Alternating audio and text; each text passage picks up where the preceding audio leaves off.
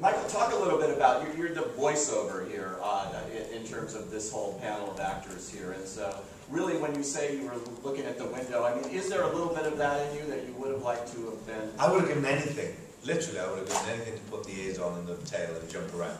You can still do it. I do. I do. So I would have loved to have done that, but I think, again, when I watched it the other night, one of the things I loved about the film the most is that the animals really do look like animals. They're not, humanized in a way. So that when a horse suddenly turns around to Crispin and goes, says something disparaging about dogs, you really don't expect it. It's sort of really effective. So I can see exactly why the idea of really going for the animal thing. But I still look very cute with a little bunny nose. So maybe if there's a sequel. But yeah, I just got to be, I did a couple of sessions with Tim. I just had him all to myself in London and in America. We just worked, but I was filmed and not with a clever camera, just a basic camera. Not a big-headed camera. And so when I saw it, I was amazed at how much, because Tim said, really perform it, don't just do the voice, like move and do as much performing as you can.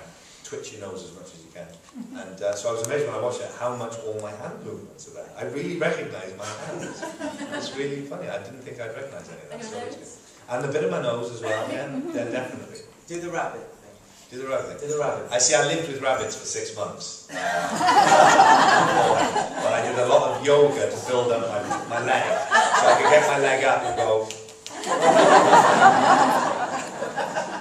Matt likes it, right? I just like it, it's nice for me.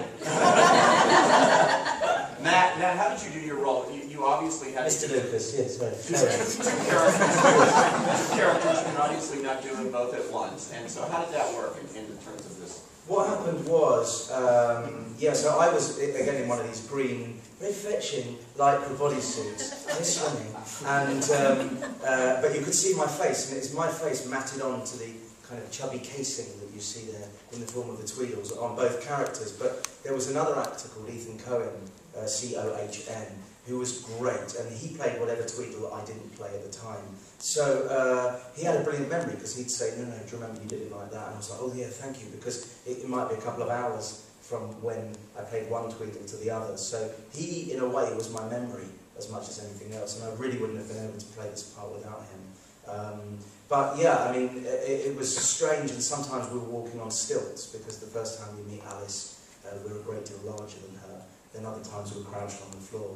But I liked it, and I had my own trailer, and I watched TMZ every morning until one morning I was on it, and then I didn't watch it anymore. I don't like the show anymore now.